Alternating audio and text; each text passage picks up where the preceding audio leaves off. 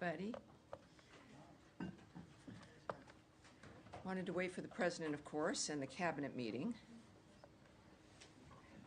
Not that there's anything to say. Thank you for being here. I appreciate it. I think it's still a lovely day out, but someone should tell April to not think that she's February. Somebody's got to check in with her and see what's going on. Thank you all very much for being here. I appreciate it. And let's start with a couple of announcements here, as usual. Of course, I'm Tammy Bruce, your spokesperson for the State Department. To begin, we are pleased to share that American Ksenia Karelina is on her way back to the United States.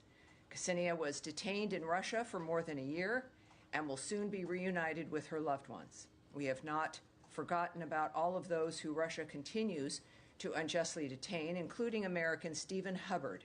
President Trump's team, at his request, engaged with Russia on Ksenia's case.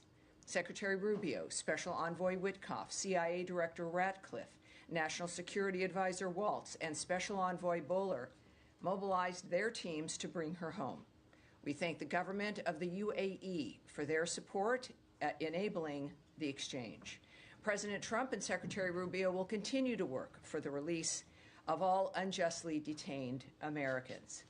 And now to trade. President Trump continues to put American workers first by bringing trading partners around the world to the table with a fresh perspective to achieve reciprocity and fairness. Yesterday, the president showed the promise of his support. More than 75 countries recognize the benefit in working with the United States. Many negotiations are now underway. President Trump has also been very clear on China. China's decision to retaliate is emblematic of its decades of aggressive and unfair trade policies, and President Trump has taken appropriate action in response, announcing that the United States tariff on all goods from China has again increased. China's unfair trade practices are hurting not only the United States and our workers, but also market economies around the world. China has actively undermined the world trading order for decades. It is high time to correct that imbalance. President Trump is the first world leader brave enough to do so. Lastly, I want to share a message from Secretary Rubio to the people of the Dominican Republic. As the Secretary said, we are, quote, united in prayer as the people of the Dominican Republic grieve the recent tragedy that took place in Jet Set nightclub in Santo Domingo, which also resulted in the unfortunate death of at least one U.S. citizen and U.S. legal permanent residents.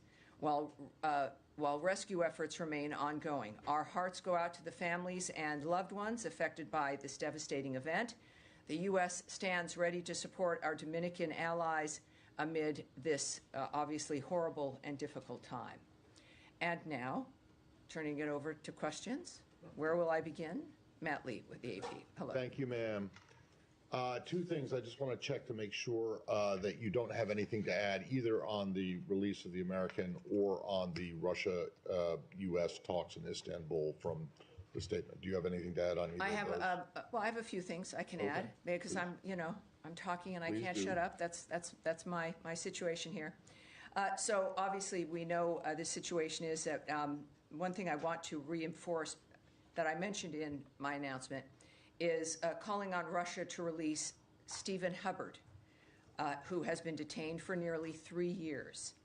We continue to work to free Mr. Hubbard and all other Americans unjustly detained, and we have not forgotten about all those Russia continues to detain in this manner, to say the least. To secure Ksenia's release, Russian national Arthur Petrov, your alarm's going? Arthur Petrov was returned to Russia. And that is all I'll share in that regard. But obviously she is on her way home, and that is what the story is in that regard. And that's a promise President Trump made when he first came into office, was to make sure that all Americans being held around the world would, in fact, be home. And your other issue? Well, on the Ukraine, sorry, not Ukraine, the Istanbul meeting between the U.S. and Russia, presumably this swap did not come up there, but do you have anything to add to what was in the statement that came out earlier? I do, and let me get that for us. I think we have that right here. And I'm not quite sure why I don't. I might have to run. Right, okay, well, come back around to you. I'll just go to my last one. What I can, for those of you not knowing what he's asking about, is a technical meeting in Istanbul regarding the bilateral relations and the embassies for both of us, and that's again, that has happened before. Again, it has nothing to do with Ukraine, nothing to do with expanding our relationship in any fashion in that regard, but really just about the nature of our embassies and the ability to manage them and conduct business as one would normally expect to be able to do so in a diplomatic mission. Okay, so then to my question that maybe you can answer a little bit on is the departure of Ambassador Brink from Kyiv. Do you have anything to say about that? I do. Says Tammy Bruce. Wow, all right. Because we had just discussed this. Right. Well, we also had discussed something a little bit earlier. Yes, the blanket statement that we, the State Department, do not discuss personnel matters. Well, that is something we've discussed at great length. And in this particular case, Ambassador Brink's been ambassador at the embassy in Ukraine for 3 years, during a time of war for those 3 years, an extraordinary performance there, and we wish her well. At the same time, of course, it's a reminder when it comes to the issues that we think about that surround this conversation, is that we know that we're working for that war to end, and that is our focus, and we expect, of course, our work that will continue in that regard. But that's the nature of what we're focusing on here, and we wish her well, and that's really all we would say in that regard. Yes, Andrea. Can I follow up a bit? There are several Americans in Russia that were at least identified by Mickey Bergman and other groups who are active in this regard with trying to get Americans out, who are not designated yet as wrongfully detained. And I'm wondering if you could check or take the question as to whether there's any progress on elevating them to the level of wrongfully detained, which could accelerate them getting released. I think that was done by the administration with Mark Fogel. Right, I do know, yes. Again, the question about Americans who don't have a designation of being wrongfully detained is that if an American is being held, we are regularly looking at those cases. Okay. We're constantly addressing the nature of how they're held, why they're held, and if that designation might change. So it's not something we look away from. It's a regular effort.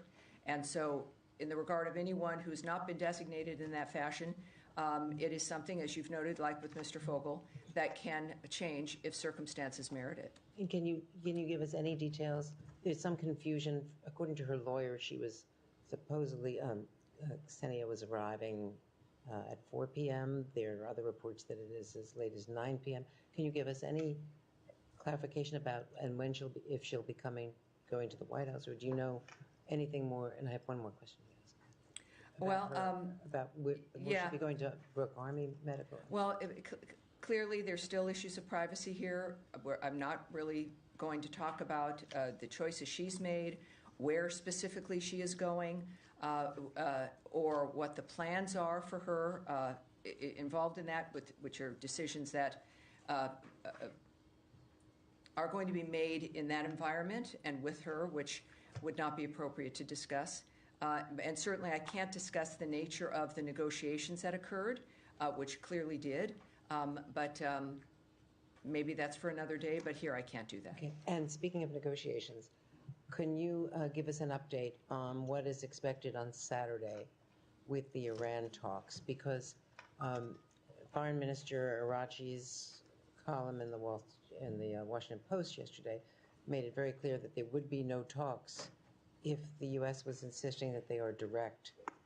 And, of course, the position, as repeated today in the cabinet meeting was that they will be direct talks. So do you still expect these talks to take place on Saturday? And will they begin indirect talks and then move to direct, or is there some resolution of that? Well, I'm not on the team that makes that decision or has those conversations, right? And we're not going to litigate that here.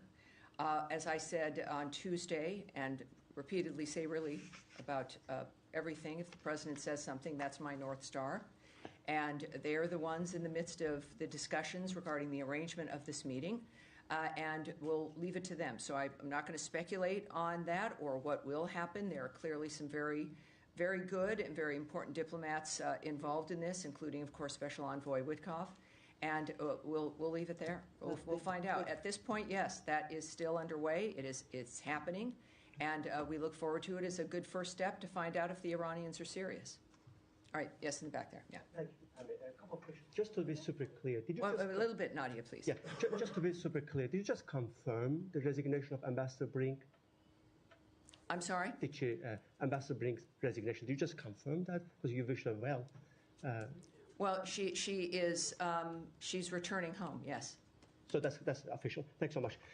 For those of us who have been following, this from the very beginning, we couldn't help but notice that Ambassador Brink has been limited with naming Russia, recently, particularly during the past couple of weeks, when it comes to talking about Russian attacks on Ukraine. Was there any instruction, any pressure on her for not naming Russia from this building? Well, I'm not aware of anything like that. Certainly, I wouldn't speak to anything regarding that, regarding personnel, regarding a diplomat, and the internal dynamics that might occur. So, no, that's not something I'm going to speculate about or guess at or speak to. Again, my follow-up on Ukraine as well. Tomorrow marks 30 days, 1 month since Ukraine, did basically sign in your ceasefire deal, and Russia refused, has been delaying since then. And as we speak, they keep attacking Kyiv right now. May I get your perspective on that, please? Well, the perspective, I think everyone understands the perspective, is that President Trump is involved in this. We've got the best diplomats in the world, with certainly being led by Secretary Rubio. All of our leadership, particularly President Trump and Secretary Rubio in public, have made it clear what's at stake when it comes to the nature of this situation ending. It is a dynamic that will not be solved militarily. It is a meat grinder. There is nothing else can be discussed for the outcome until the shooting and the killing stops. Secretary Rubio made clear at NATO in his press conference that we would, in fact, know in a matter of weeks if Russia was serious. And so we'll take him at his word, certainly, as we do. And I think Russia certainly needs to take that seriously, and we'll play that out. But this is not going to go on for 6 months or a year or anything else. And the president has also made it clear we want diplomacy. But the fact is that we're watching and judging as this process continues. Yes, sir. Thanks, Tammy. I wanted to have a comment. The French president yesterday said that France would recognize a Palestinian state within months, and he suggested that he could do it alongside Saudi Arabia at a UN conference in New York in June. The U.S. has long opposed any unilateral recognition. Is that still your position? Do you have a comment on his? Well, I can tell you that we are aware of course, the reports that you refer to regarding the French government's remarks, and we refer you to them for further comment. What I can also, though, say is that the United States stands firmly with the state of Israel in its pursuit to bring all the hostages back home and the defeat of Hamas. The groundbreaking Abraham Accords and the devastating October 7th attacks have forever changed the Middle East. As a Special Envoy Witkoff has said, we need to explore new policy prescriptions that ultimately end up in a better life for the Gazans and the Palestinians. Look at the discourse that's now happening today, he said. We're actually engaging in a productive conversation around what is best for Gaza and how we can make people's lives better. This administration will continue to engage our partners in the region on a serious solution for Gaza that secures peace and the release of all the hostages, among them 5 Americans, including Idan Alexander. Tammy, can I just follow up on that? Sure. Very quickly. It's not just about Gaza. There's West Bank also. So, I mean... Well, I think it's fair to say that this is a region that has been in turmoil because of the support of death squads by Iran. Yeah. And so you have this dynamic that has been continuing and predictable and not stopping, and ceasefires being broken by the same groups. That's why when we say yes, new ideas for Gaza and the new idea that could break the Gazan people free from being hostages themselves of Hamas is the same kind of solution that is also going to help the entire region. That is it. This is not an isolated framework that only fits into a corner. This is a solution that is for the region, and our regional partners, of course, understand that as well. Nadia. Thank you, Tammy. Just to follow up on Leon's question, the president said that he's open to different ideas. So when the secretary goes with him to Saudi Arabia next month, will that meeting also be expanded to have a Middle Eastern conference whereby the Palestinian issue will be discussed? Well, I don't know what the plan is when it comes to the content. That is something that we would have to speculate about or guess at, and we really shouldn't do that, obviously, with a multitude of issues facing the region. So it's the details I can't imagine about. It's not something I'm going to do, but I think that kind of a visit, of course, is at the hallmark of President Trump's vision when it comes to his own presidency, but also how to change the course of the Middle East and to make it better for everyone there. So I know that he's looking forward to having conversations that surround that aspect. And Iran, Yes, sir. just quickly, just follow up. One more. Go ahead. Just on the technicality. So is this meeting on Saturday? Is it going to be one-off, or it depends on what has been achieved on Saturday? And will be a direct talk, i.e. in the room, it will be two delegations, the Iranians and the Americans, and the Omanis in the middle, or the exchange of conversation will be across the table? Well, what happens on Saturday would, I suppose, determine whether there's more. Right now, this is a meeting that is arranged. It is not part of some larger scheme or framework. It is a meeting to determine whether or not the Iranians are serious. And so that clearly would be the goal of that singular meeting and effort. As far as the arrangements or what the rooms are or who's in which rooms, I don't have that for you, and I'm not going to speculate. Yeah. Tammy, yes, can sir. I? Yes, sir. Thank you so much, Tammy. I really appreciate it. I just want to go back to your response to Leon, where you said we need to explore new policy prescriptions that ultimately end up in a better life for the Gazans and the Palestinians. Are they one and the same in your mind, or are you disassociating the Gazans from Palestinians? So I'm talking about the people in the region, the people who live in the Gaza Strip. That's who we're talking about, the people who face a danger every single day because of the nature of what Hamas has done to that region and to that strip of land. I think that no matter who you are and how you identify, the fact is that no human being deserves to remain in that kind of an environment because Iran is funding death squads that take over the space and use you as a human shield. While we may become inured to that kind of hell, and the people in it generationally become affected and also believe that this is just normal life, that is a crime in and of itself. And there is the human spirit is so strong that we do know, especially for those who survived October 7th, those who got out of the hostage framework. One woman whom we honored here at the State Department who is a survivor of that massacre. The strength in these individuals who move through this is astounding, how they survive psychologically and physically. That is what unifies us, all of us in this room, all of us engaged in this kind of a framework. It's that it's human beings, it's families, it's mothers and fathers, it's young people dancing at a music festival, it's people of faith, it's people of no faith, it's people who just simply are looking forward to that night or to getting married or to having children or thinking about college or thinking about moving somewhere or just living their life as their parents lived their lives. That's who I'm talking about. And that's what every peace effort that President Trump and Secretary Rubio work for every single day. If there is one thing our generations can look to here, is the fact that we, at the very least, seriously tried. And so when I refer to someone, whatever part of the world they're in, that's what I'm referring to. The Israelis, the Arabs, the Egyptians, the Palestinians, people of Gaza, Jordan, whomever. This is where we have to move past, is the nature of what keeps us together and what unifies us. Yes.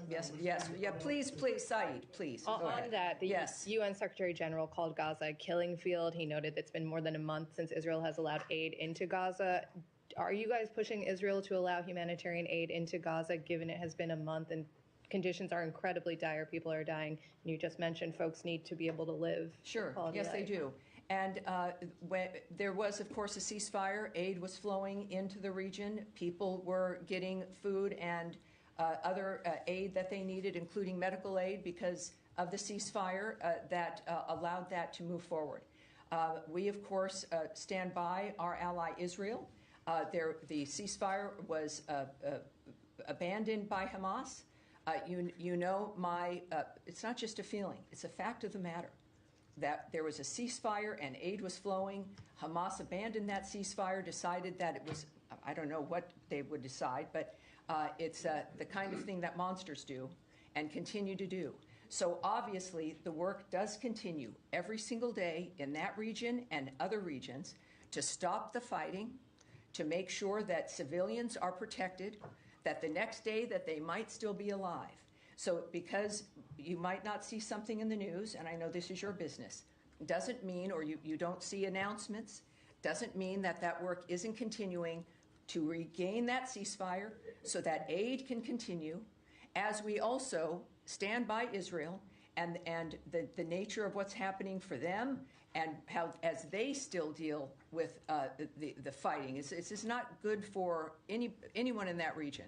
But yes, our work continues to get back to that ceasefire, to make sure that people can get aid and to survive this, which is the sole focus of all of our efforts for that region. Can I just quickly yes, sir, please. Go ahead, sir. Yes. Thank you. With regard to extradition of the Tahabur Rana, who was convicted in the Mumbai terrorist attack and sought after in India, he has been transferred to India right now. He landed in India this morning, U.S. time. How does the secretary sees this as a message to the terrorists who have operations from U.S.? Yes, that we do have an update for you on that.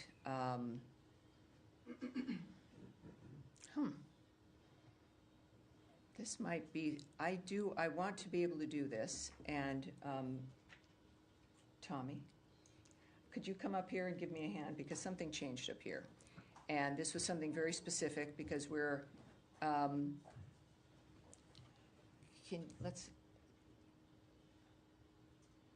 I don't want to speak randomly here. There we go. Thank you, sir. Tommy Pigott, everyone. You're going to, my principal deputy.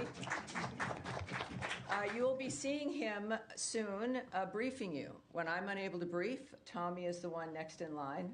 So there you go. Already proving himself.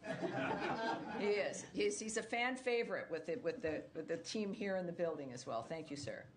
All right. So good question, sir. On April 9th, the United States extradited Tawar Hussein Rana to India to face justice for his role in planning the horrific 2008 Mumbai terrorist attacks. Some people watching may not remember these, but I encourage you to look them up and to find out exactly how horrible this was and the importance of this situation today. These attacks resulted in the tragic loss of 166 lives, including 6 Americans, that shocked the entire world. The United States has long supported India's efforts to ensure those responsible for these attacks are brought to justice. And as President Trump has said, the United States and India will continue to work together to combat the global scourge of terrorism. So it is, he is in their possession, and we are very proud of that dynamic. Thank you. Yes. All right. Yes, sir, in the glasses here. One more on Iran. The senior advisor to the Iranian leader, Ali Shamkhani, today said that if military threats continue against Iran, Iran will kick out IAEA inspectors and hide its enriched material. What's the U.S. reaction to that? All right. First of all, these actions, the threat of that kind of action, of course, is inconsistent with Iran's claims of a peaceful nuclear program, right? Also, expelling IAEA inspectors from Iran would be an escalation and a miscalculation on Iran's part. The United States remains deeply concerned that Iran is amassing a growing stockpile of highly enriched uranium for which there is no credible peaceful purpose. Iran is the only non-nuclear weapon state producing highly enriched uranium at this level. Also, beyond the threat to expel the international nuclear inspectors, but also threatening to transfer its stock of uranium to secret locations. And again, why would one need to do that if it was for peaceful energy work? Doesn't make much sense. So again, it is an escalation and a miscalculation on Iran's part if they were to do so. All right. Yes, go ahead. And then you afterwards. Sorry. You next. But go ahead. Yes. Wait 1 second, Eric. Go ahead. Thank you. So a quick question about a Wall Street Journal report. They're saying that Chinese officials acknowledged in a secret meeting last December that they were behind a widespread series of cyber attacks on American infrastructure, and they linked the attacks to escalation over Taiwan. Just wanted to ask you if Chinese officials have made any kind of similar statements to this administration, or if this administration was briefed on that apparent admission during the transition. That is a good question, and we're going to have to take that away and get that back to you. When I do that, by the way, for people watching, we really actually do get back to the reporters with the answer to their questions. So that's a genuine framework we ask. All right, Eric, go ahead. Yeah, thank you, Tammy. I'd like to ask about some reporting that we have today that Israeli officials are laying the groundwork for a full military occupation of Gaza, and whether this is something that's concerning to the State Department, whether it's seen as any kind of an overreach or anything that would further inflame the situation in the Middle East right now. Well, it's clear that President Trump has explained his goals here when it comes to the nature of a diplomatic solution and to ending the fighting. But of course, on any other issue, I'm not going to discuss what another country might be contemplating or its separate diplomatic conversations or considerations it may have. So you want me to speculate or hypothesize? I'm not going to do that. All right. Yes, ma'am. Thank you, Tammy. I just want to switch to Afghanistan. Are you aware of the case of a British couple, Peter and Barbie Reynolds, who are still detained by the Taliban? They were taken at the same time as the American Faye Hall, who is a friend of that couple, who, as you know, was released a couple of weeks ago. They are British, but they have American children, grandchildren, and great-grandchildren who have given an appeal via video, which they've posted online, which we at CBS, we've reported about, appealing to Trump for help in being able to release their parents. I was wondering if you are aware of whether there was any effort to coordinate between the US and the British governments to get all of them out at once, and if there has been any outreach to offer to help with with the US helping to get their release from Taliban custody since. Well, we're aware of the reports, of course. We're aware that they're held. They're British citizens. I would suggest, I don't know if you've checked with the British government. I think they would have the most specific actions if they're being taken for their citizens.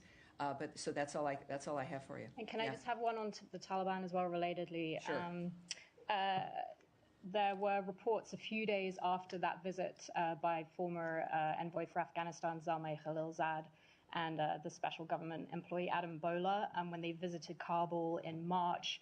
A few days after that, and American George Glasman was released. A few days after that, the bounties on senior Taliban officials' heads were lifted. Did the U.S. government lift bounties on Taliban officials in order to get Americans out? Is that something you're aware of, and do you have any comment? I know that this, I think you'd asked this once before. What I can tell you is that those frameworks are always being looked at and dealt with. I can't speak to any kind of exchange in that regard. We do know that... He did tweet about it as well. He did tweet about George Glesman and had mentioned that the Taliban, that they shouldn't be doing this. And so I was just wondering if the two were they're still, these are individuals who are designated terrorists. The groups remain designated terrorist groups. None of that has changed. And that's what I can tell you. That's, I think, the story here is that none of that has changed. Yes, sir. Thank you, Tammy. Appreciate it. Relative to the Iran talks, meeting, friendly chat, whatever. It's a meeting. It's just a meeting. Yes. I don't know if it'll be friendly. It'll be a meeting, an important one. I want to go back to an older story that's kind of petered out a little bit. A former special envoy for Iran, Rob Malley, was suspended and had his security clearance revoked as a result of some alleged violations of security processes. Republicans were screaming about getting documents from the State Department in an update, and then January rolled around and Republicans kind of went silent on the issue. I'm trying to find out if the State Department can provide any update or commit to providing any update on that scenario. Well, I can get you an update once we take it back and look for that update. Thank you. I'll get that to you for sure. Yes, ma'am. Thank you, Tammy. I have two questions on North Korea. First question, North Korean Kim Jong-un recently said that the U.S. and South Korea and Japan's efforts to denuclearize North Korea are nonsense. Does the U.S. believe that North Korea must completely denuclearize? Second question, President Trump has mentioned that North Korea is a nuclear state. Will the State Department formally recognize North Korea as a nuclear state? Thank you. Well, I would say for questions about what President Trump might do, you must check with the White House. We do know, of course, that the administration has made it clear that North Korea has to be a denuclearized state. So that's the only thing that's acceptable in that regard. Yes, please. Questions coming back to the Russia prisoner swap. I'm wondering, this swap that happened today, how do you see that as connected to the talks? Is this a positive sign for Russia's willingness to make concessions when it comes to Ukraine? I think that the president's been very clear that there's one thing on the table with Russia, which is the ceasefire. Yeah. That there's no other dynamic that's going to be addressed or facilitated until that is dealt with.